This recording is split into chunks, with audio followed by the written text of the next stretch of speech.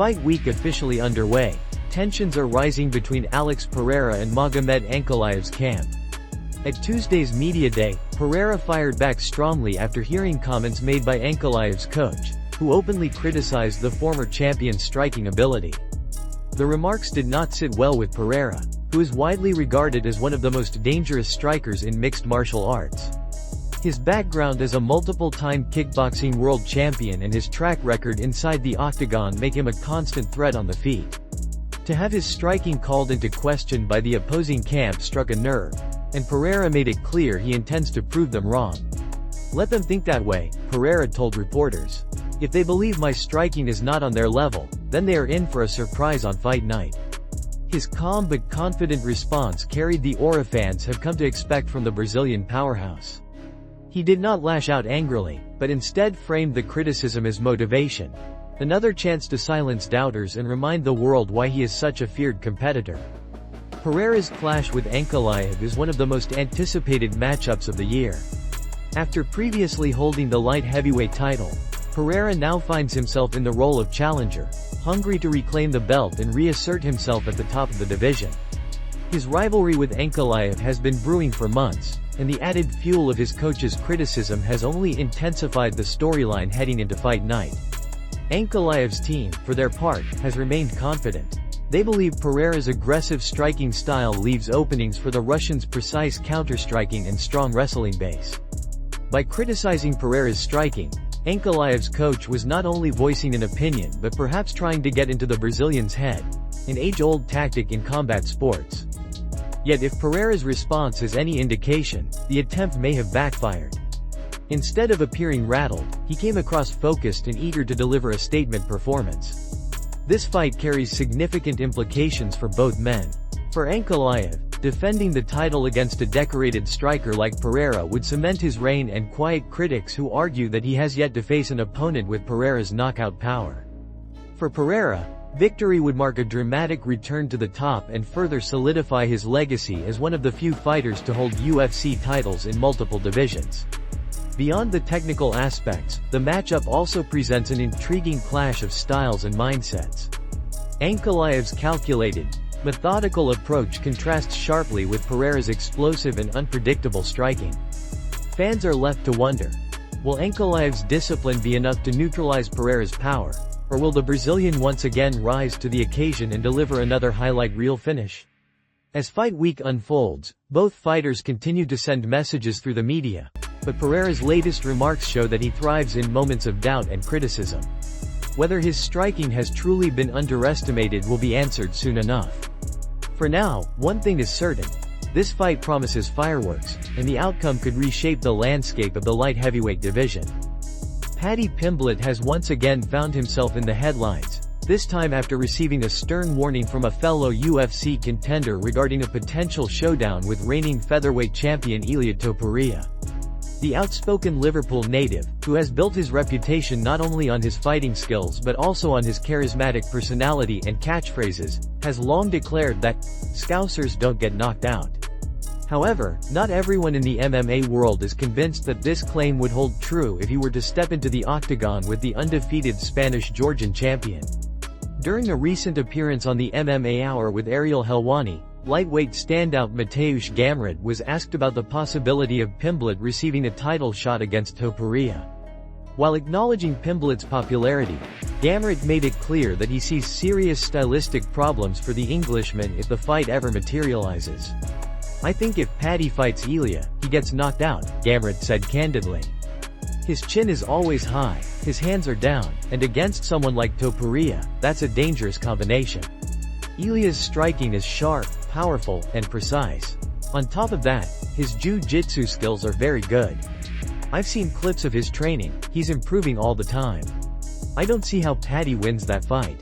Gamrot's assessment adds to the growing debate within the MMA community about Pimblett's trajectory. While Pimblett has undeniably developed a massive fanbase and has drawn significant attention to his fights, critics argue that his resume lacks victories over top-ranked opponents. His exciting but often reckless fighting style has earned him both admirers and detractors. Against an elite and well-rounded champion like Topuria, many believe those defensive lapses could prove costly. As for the current state of the featherweight division, uncertainty still surrounds Topuria's next move. After his dominant performance against former champion Charles Oliveira earlier this year, expectations were high that he would return to action before the end of 2025. However, recent reports suggest that Topuria may remain on the sidelines until February, depending on how the UFC's schedule unfolds. This development leaves the division in a holding pattern. Fans are left speculating not only about Topuria's next opponent but also about whether Pimblett could realistically be in the running for a title shot. While Pimblett typically competes at lightweight, the possibility of him moving down to featherweight for a high-profile bout has generated conversation, largely due to his marketability and ability to attract massive audiences. For now, Pimblett's return timeline also remains uncertain. The UFC has yet to announce his next matchup, though names such as Justin Gaethje and Arman Tsarukyan have also been floated as potential opponents in the lightweight division. Whether Pimblett will pursue those fights or continue to angle for a money-making showdown with Topuria is still up in the air. One thing is undeniable. Whenever Paddy Pimblett's name is linked to a big fight, it sparks discussion.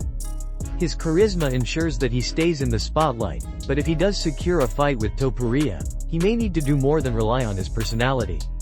As Gamrot bluntly warned, Pimblett's defensive flaws could lead to a brutal reality check against one of the sharpest champions in the sport today. Conor McGregor has once again captured the headlines of the combat sports world by making a bold and unprecedented demand ahead of a potential historic fight at the highly anticipated UFC White House card. Over the past several weeks, speculation has been building about McGregor's return to the octagon, with UFC President Dana White confirming that the Irish superstar is motivated, interested, and most likely to compete on the landmark event. The frontrunner opponent, as Dana has hinted, remains Michael Chandler, a matchup that fans have been waiting to see finalized for months. But in true McGregor fashion, the former two-division champion has raised the stakes. Early this morning, McGregor shocked fans and media alike by announcing his official terms for stepping into the cage at the White House. Taking to social media, he declared that he is demanding a staggering $100 million payday along with 100 golden visas for his family and close friends. His exact words read, $100 million to fight at the White House along with 100 US golden visas for myself, my family, and my friends. I look very forward to entertaining the fight world once again, a pleasure I never take for granted. The demand, although audacious, is consistent with the persona McGregor has cultivated throughout his career. Never shy about leveraging his star power, he has repeatedly proven to be the UFC's biggest draw, breaking records at every turn, from pay-per-view sales to live-gate revenues. This latest statement only adds fuel to the fire, forcing the MMA community to question whether the UFC will meet his sky-high terms. Beyond the financial and political stipulations, McGregor also gave fans a glimpse into his mindset as he teased his return to action. In a follow-up post, he wrote passionately about the aggression and intensity he has been building during his preparation. I have so much aggression built up that I must release. I will throw harder and more venomous than I have ever thrown before. I've been punching incredibly harder in my most recent preparative efforts, and I delight in the thought of doing it live again. My shots whistle through the air like rockets. It's why and how I hold every fiscal record in the entire book of fighting. See you soon, kids. Accompanying his fiery words, McGregor released new training footage where he can be seen hitting pads with precision and power, a clear signal to his fans and potential opponents that he is sharpening his tools for a high-stakes return. His trademark confidence and bravado were on full display, reigniting excitement among supporters who have been eagerly awaiting his comeback. The big question now is whether the UFC is willing to entertain McGregor's extraordinary demands. A $100 million payday would dwarf his previous fight purses inside the octagon and rival his historic boxing match against Floyd Mayweather in 2017.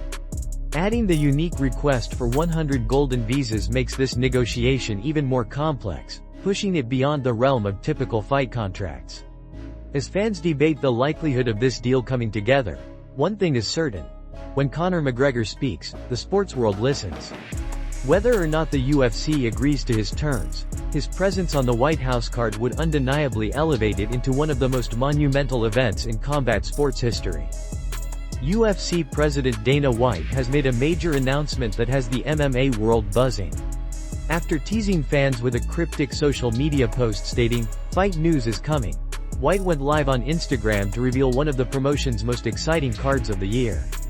For the very first time, the UFC will head to Doha, Qatar, with a blockbuster event scheduled for November 22 at the ABBA Arena.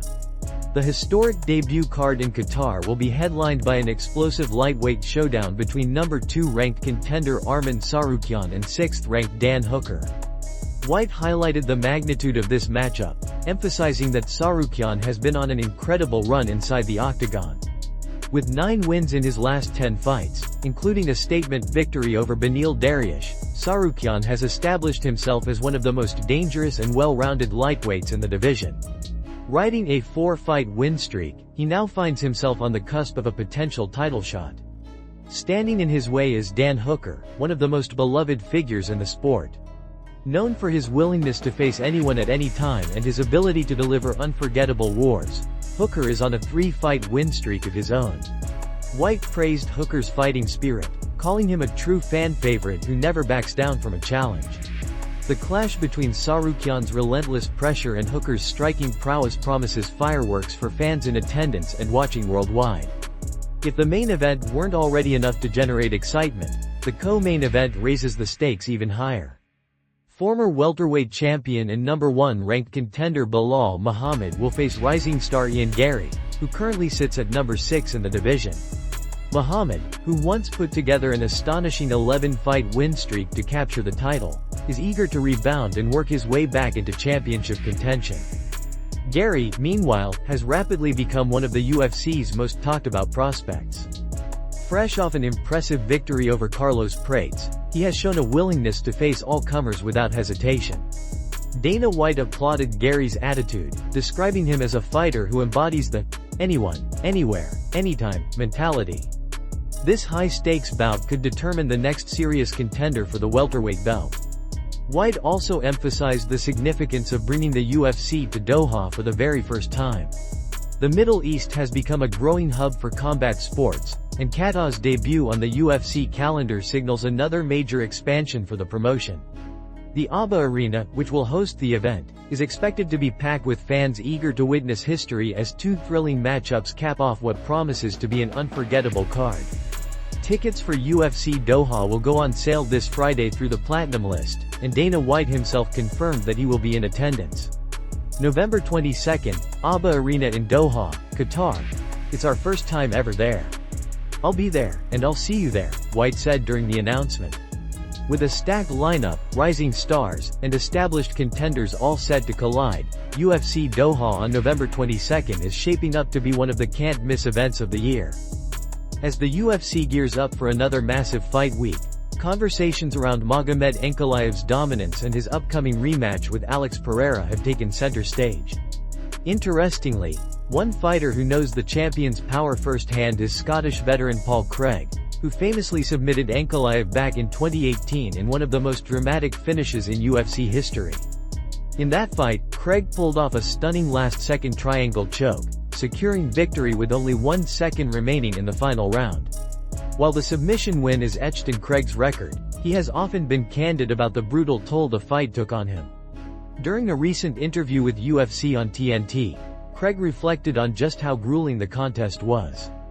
For almost 15 minutes, he imposed his will on me, Craig recalled. He was very explosive, very strong. At one point, he picked me up in a wrestling takedown and sat me down like a father laying down a baby. He put a hole in my jaw, fractured my ribs, and basically beat me up. For the next 2 days, I couldn't even walk because he destroyed my legs and arms. Craig's honesty highlights the sheer physical dominance Ankalaev displayed throughout the fight, despite the shocking ending that handed the Russian his only professional loss. The Scotsman's words serve as a reminder of the immense challenge Ankalaev presents to anyone standing across from him in the octagon. As Ankalaev prepares for his highly anticipated rematch against Alex Pereira this weekend, fighters and analysts alike have been weighing in on how the matchup might unfold. Interim heavyweight champion Tom Aspinall offered his perspective, suggesting that Ankalaev poses a stylistic nightmare for Pereira. I think the matchups were quite favorable to Alex Pereira up until Magomed Ankalaev, Aspinall explained. Just with the threats of the takedown. Even in the first fight, we didn't really see Ankalaev go for takedowns too much.